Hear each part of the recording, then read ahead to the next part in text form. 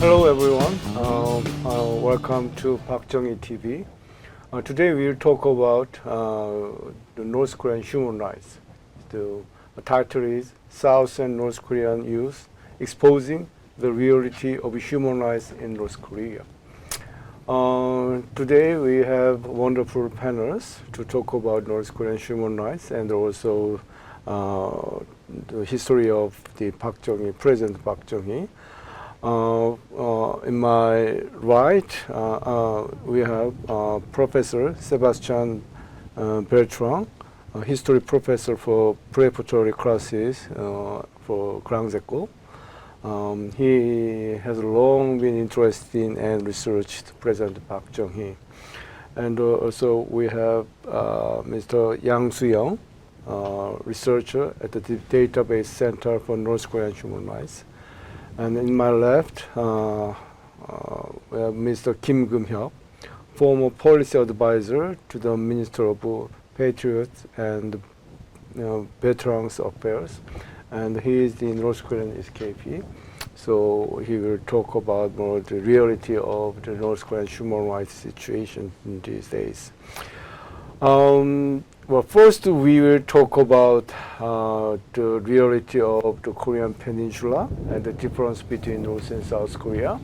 May all you have seen this picture, the picture taken by this satellite, and it shows how different between North and South Korea, and we may talk about the North Korean situation and the human rights things from the image of this picture. So, first of all, Professor Bertrand, what kind of thoughts are you in mind when you saw this picture first?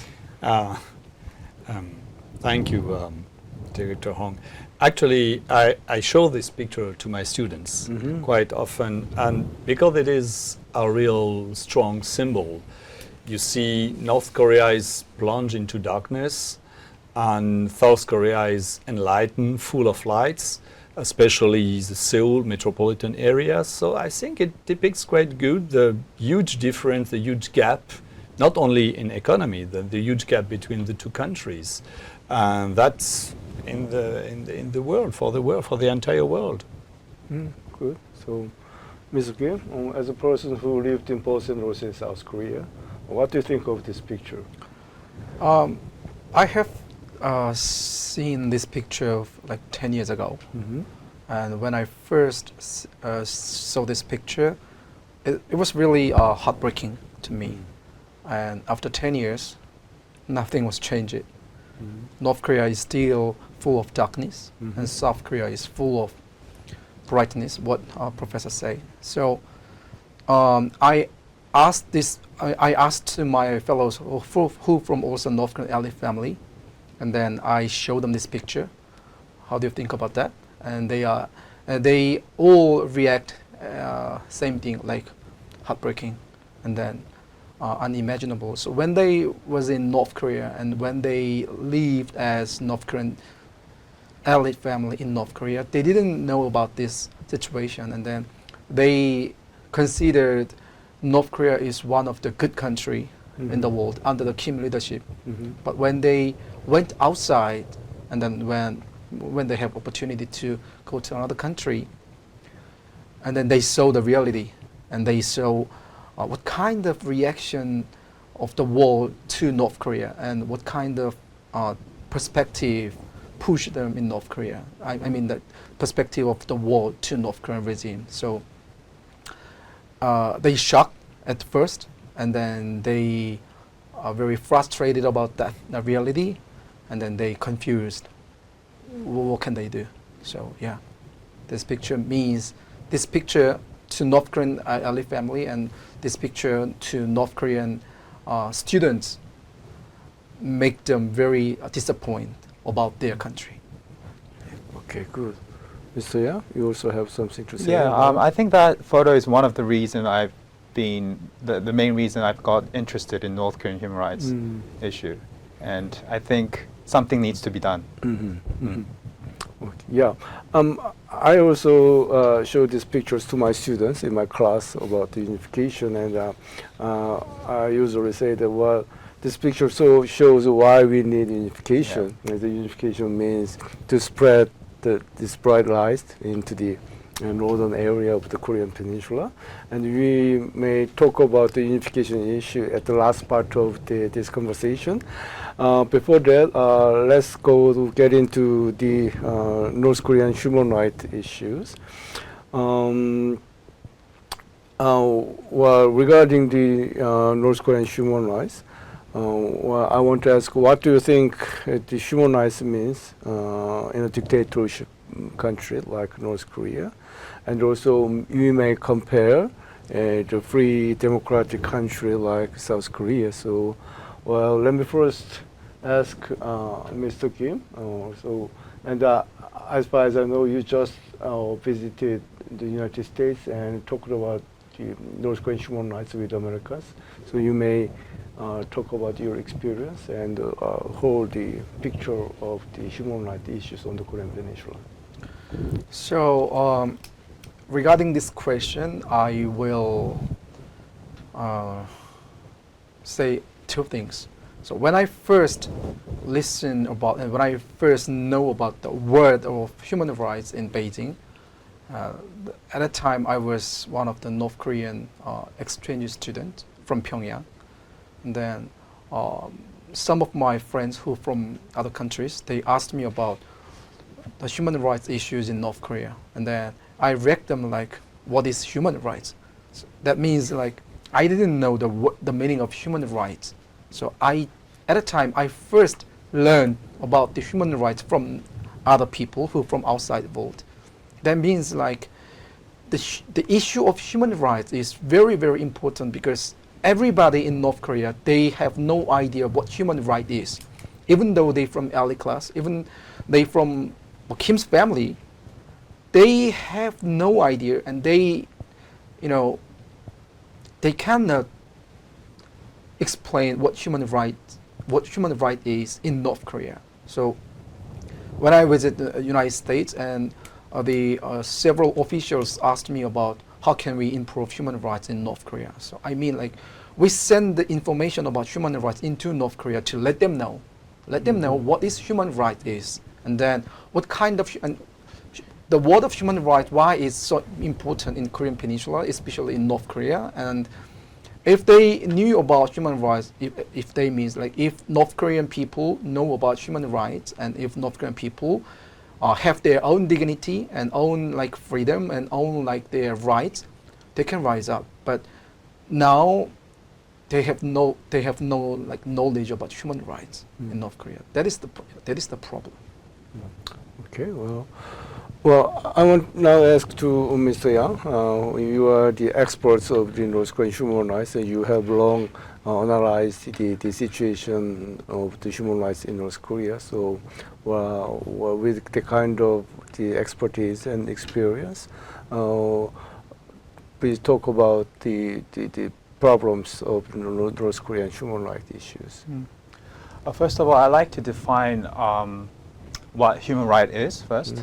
I think there are numerous ways to define human rights, and for me, I think in the final analysis, human right is predicated on the idea that every single one is entitled to basic freedom, regardless of their race, ethnicity, or any sexual orientation.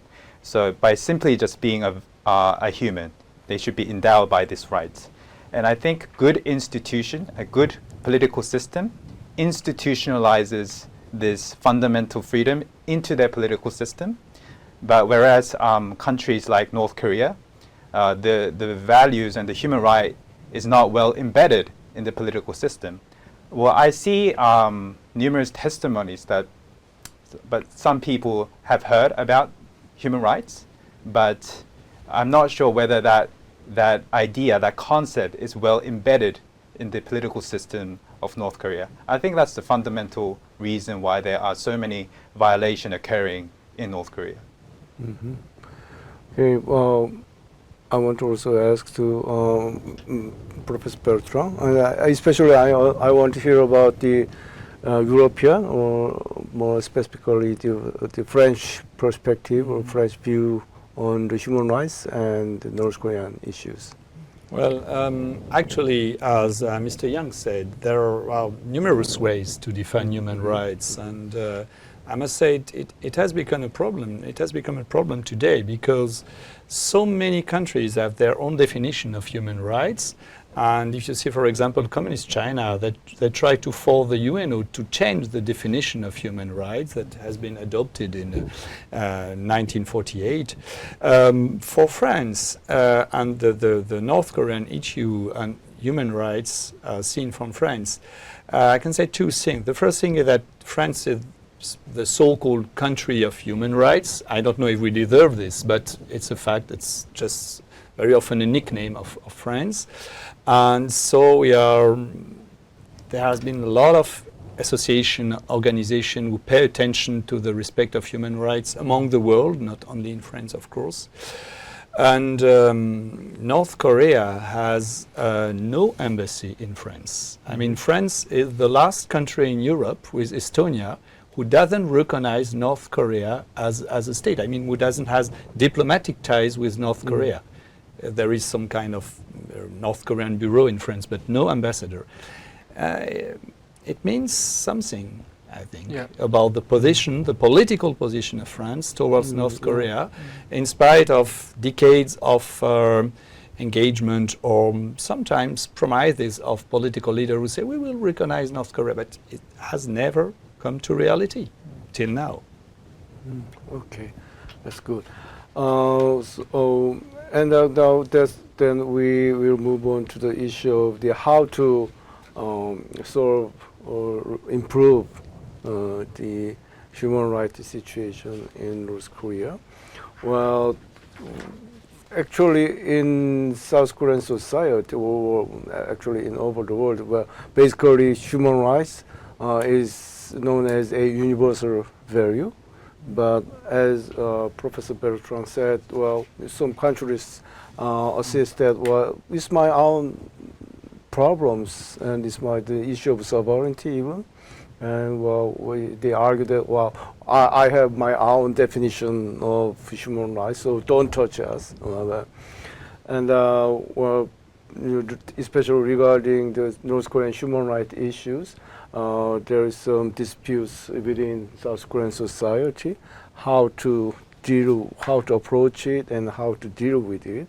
What do you think of the kind of dispute, and especially the ideological conflict regarding North Korean human rights things? Well, that's probably first to Mr. Yang, who. Well, I think the North Korean issue is extremely polarized here in South Korea. And I think there's a lot of emphasis. So when we talk about Bukhan Inkwon, or North Korean human rights, there's much more emphasis on the Bukhan, the North Korea, rather than the human rights. So when we start talking about Bukhan, the North Korea, some people criticize the horrors of communism, and the other side a little bit more tolerant toward this country. So I think more emphasis should be made on the universal value about human rights, that it's a value that is shared among different political parties, and it's a common language that we could use. Mm-hmm. Ms. Kim? Every time when I went to United States or like other European countries, I feel like the interest of North Korean human rights is more big than South Korea.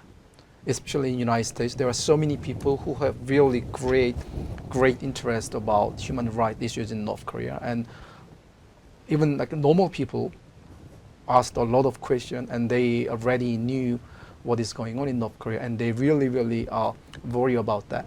But in South Korea, when I met my friends, same age friends or like younger friends and like 10 years old or 20 years old high school students or middle school students, they didn't know about, and they didn't want to know about what is going on in North Korea. And that means like what Mr. Yang said, the human rights issue is like change it as very tired things. So when they heard about human rights, North Korean human rights, they feel tired because it is so political issue. And when people, if people believe like conservative party, they can say the human rights is the matter in North Korea. But people who believe Democratic Party or other side, even they knew what is going on in North Korea, but they do not want to believe it is real in North Korea. So that is the problem. So I mean, like, if we really want to improve North Korean human rights issue in Korean Peninsula, we have to separate human rights and politics at first. So I mean, like, we have to group people, more and more people, to involve this issue, not separate democratic or like conservative, because human rights is not political issue. Human rights is our just common issue and universal issue, what Professor says. So I mean, like, yeah, so we need more people to participate in this issue, and we have to separate politics and human rights issues in South Korea.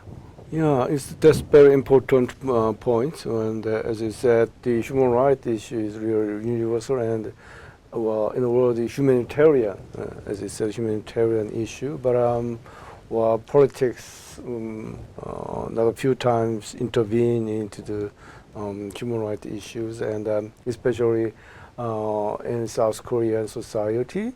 With the North Korean human rights issue is not a universal issue anymore. It's very polarized.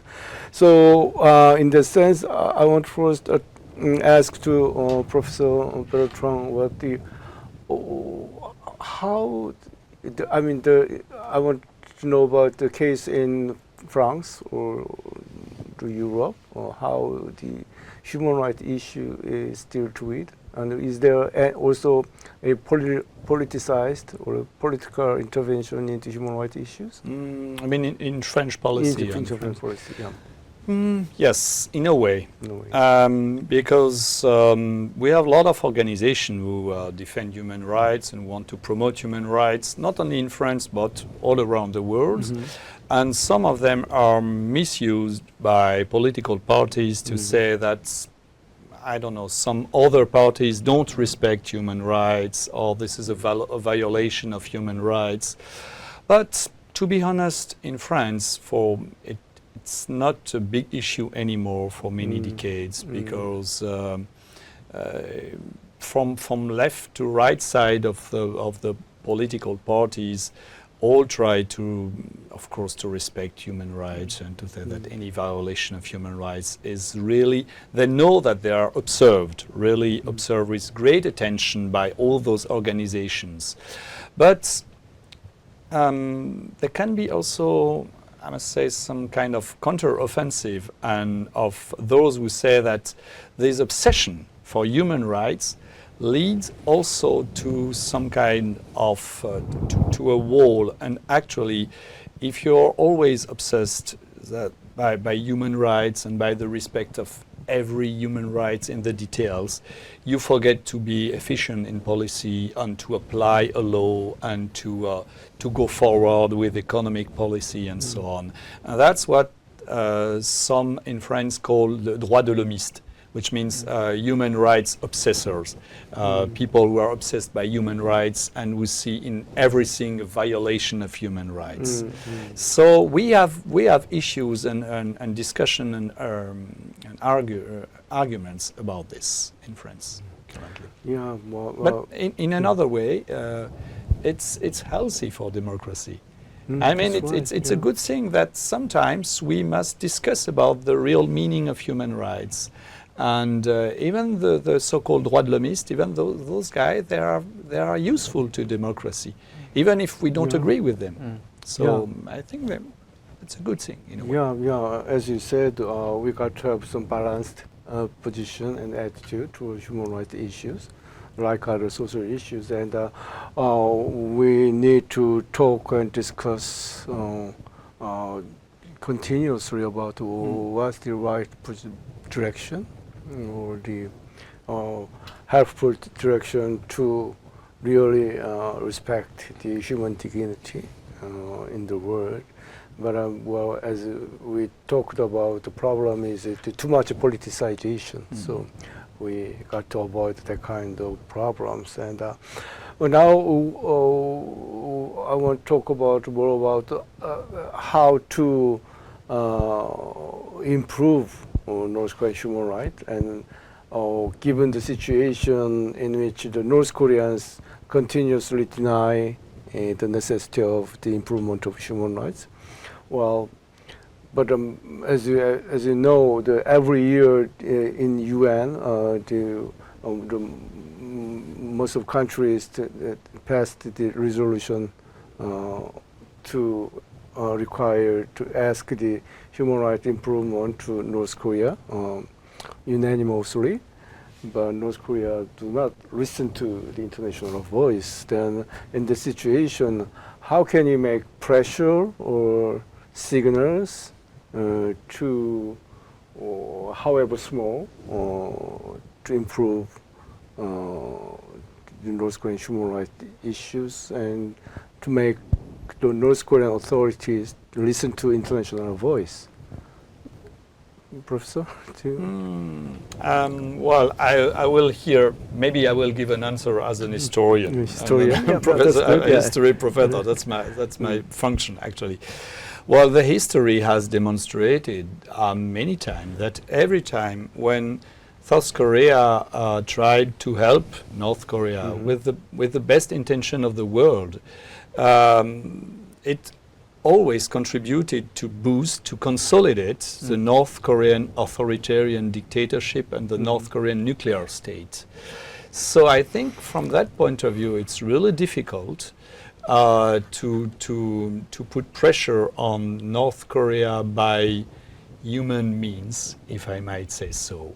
And the only result we have, the international community has obtained, has been made by international pressure at the UNO, for instance, and international sanctions.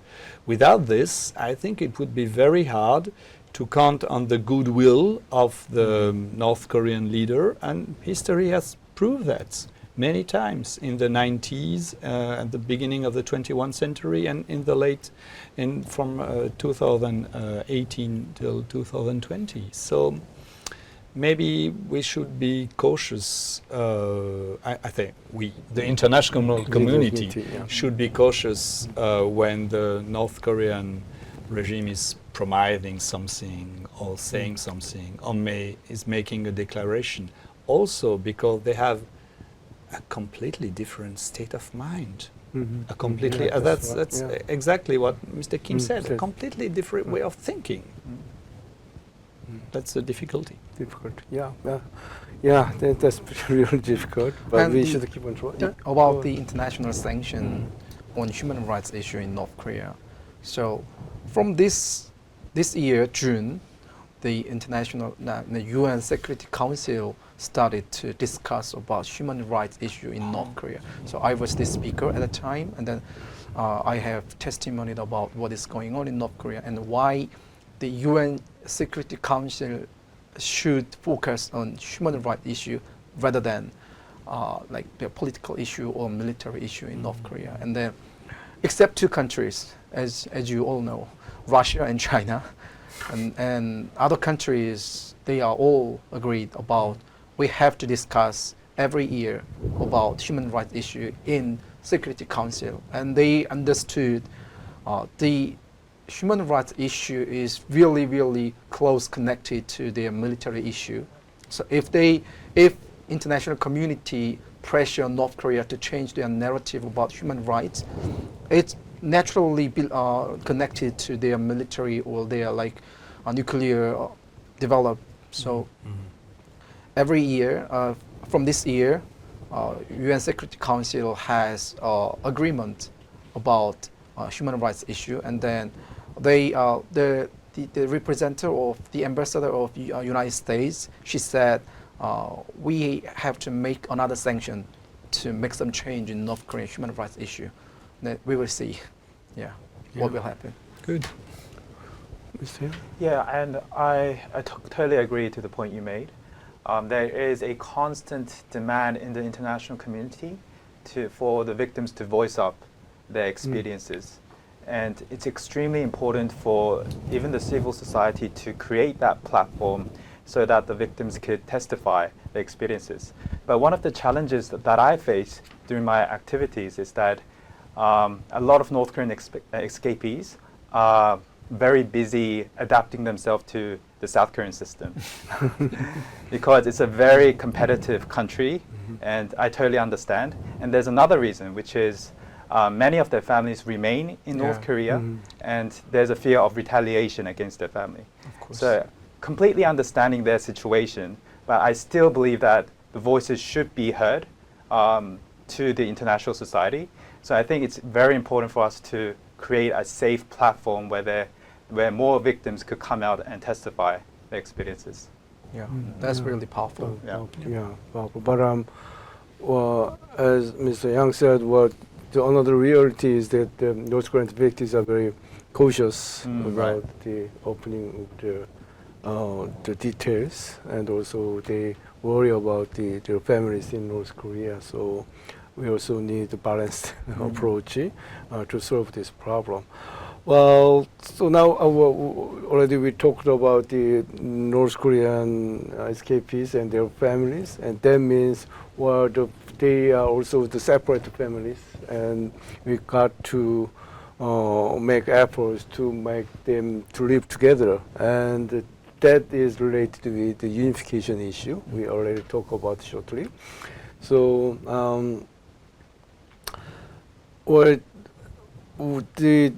there are various reasons why we go for the unification, but human rights issue is also very important reason for the unification.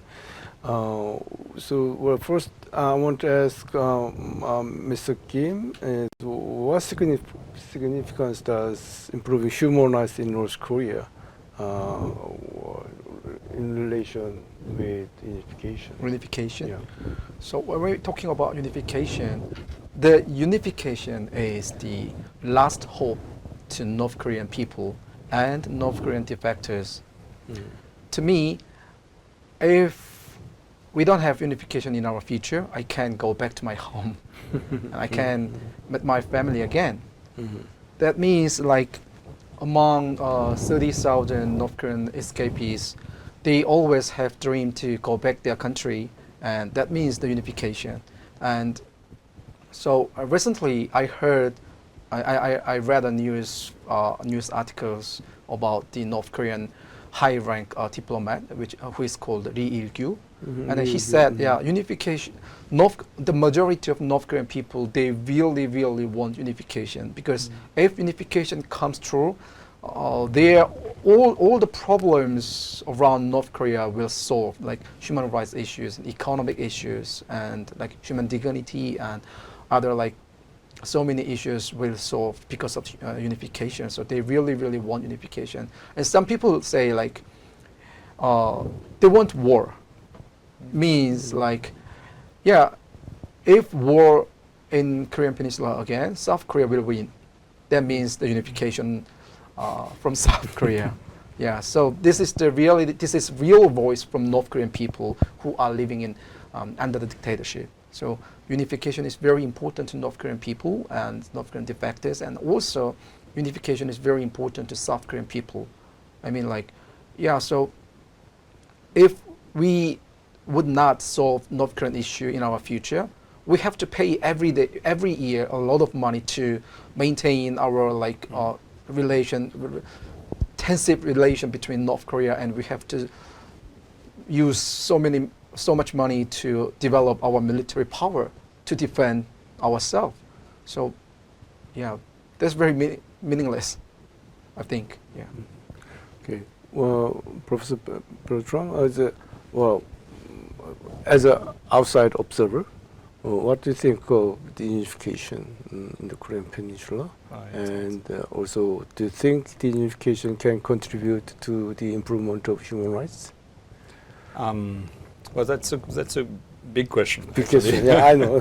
But you're right. But I've been asked about this by my students every year. So they all ask, and every time when I'm delivering a lecture about South Korea, they all ask me about the Korean, the reunification of the peninsula. Because in Europe, we have the example of Germany, of a peaceful reunification of Germany after 40 years separation. 41 years separation in 1990. So I've been frequently asked about this problem. It's difficult to answer because if we take the example of Germany, nobody would believe to a rapid reunification 3 years before. In 1987, the leader of East Germany, Erich Honecker, said that the Berlin Wall will stay in 100 years. So 400 years. And I mean, 2 years later, it fell down. Yeah. So, and if tomorrow the North Korean leader dies by accident, who can know what will happen? I mean, there are dozens of movies and dramas and in South Korea about what would be happen after. So I would say that it could be a great luck for both South Korea and North Korea to be reunified. Of course, for this for economic reasons, this incredibly crazy money that has been spent for different purpose and for the DMZ and so on. But on the other hand, if we take the example of Germany, it took decades, and maybe it's not over now. It took decades to reunify the country on the economic area, and also to reunify the spirits, to reunify the minds, to reunify the society, the people. So it will take time, but I mean, South Korea and North Korea, they proved towards history that they are able to overcome so many problems and to economic problems, but also, geopolitical problems. So I am pretty sure that if reunification happens, it will take time, but maybe after decades, the new Korean state, I don't know what kind of state, but the new Korean state would be a very strong and powerful state in the world. But maybe the main problem for reunification would be, from my eyes, the international context and the other countries. Are the United States of America willing to accept reunification? Are the communist China willing to accept reunification? Russia? So I think a lot of countries around Korea, South Korea and North Korea, have interest to maintain the so-called statu quo and don't want the reunification, because it would change so many things, that it would change completely the balance in East Asia. Both countries are divided since 1948 and 1945 if we count the occupation period. So it would change everything in East Asia and maybe a lot of things in the world. So that could be maybe the biggest issue and the biggest problem to solve before the unification. Yeah, it's a really big puzzle. This was in German case during the unification. The kind of unification diplomacy was very important. Absolutely. So and Germany tried to persuade Britain, France, United States, and the Soviet Union. And besides, the unification of Germany has been made after decades of strong ties between the two German states. They have kind of embassy in each state, and they develop their ties. And I was talking about the international context. The reunification of Germany would never happen without this showdown at the end of the 80s and the fall of the Berlin Wall and the end of communism in European Eastern countries. That's my point. Yeah, that's right. And where the German lessons will be helpful, and we should utilize the German lessons of the unification diplomacy, because as Professor Bertrand said, that the surrounding four powers, the US, China, Russia, and Japan, will also have kind of some status quo mind. So for us, it is very important to persuade the necessity of the unification. Well, now I want to ask Mr. Yang about the more direct relationship between unification and human rights. As you earlier said that, well, the human rights issue is a very important cause of the important reason for the unification. Right. So can you talk more in detail what do you think of the human rights issue and the unification? Well, personally, I think the unification should not be the end goal, but a starting point to establish a democratic countries. And in order to make functioning democratic countries, I fundamentally believe that the human rights should be protected. I think that's the premise of the democracy.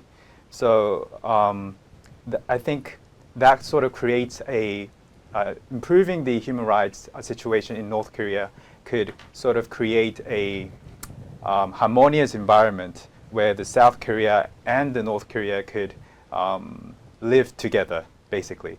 So I think, especially among youngsters, there's no like shared values among North Korea and South Korea. But I think human rights could be one sort of a value that the two collectives could enjoy in the future country. Yeah, and one more question is about the role of civil society in the process of improving human rights and also to promote peace and unification on the Korean Peninsula. As you work in the NKDB, it's also kind of the non-governmental organization. Yeah. So I want to hear your experience and what do you think of the future role of the civil society in solving all these complex problems of the Korean Peninsula, including human rights. I know it's a very big question and difficult, but yeah, please. Well, first of all, I don't think civil society could solve all the problems. Another how to contribute in part. First of all, I think we closely work with the victims, and civil society, I think, is in a very good position where we could articulate their voices and create a platform where they could testify their experiences in the international level and the national level. And in that sense, I think we could contribute to peace and democracy. And one of the challenges in human rights movement, especially regarding North Korean issues, is that there are less participation among the North Korean escapees, especially when we talk about policies and strategies concerning the North Koreans. So I think it's very important for the policymakers to hear the perspective of the North Korean escapees, what they think and what sort of challenges that they have. So civil society in that sense could sort of articulate their voices and represent them and saying this is what they need and this should be done. And I think that could be one sort of way to contribute to the movement. Okay, thank you. Well, now.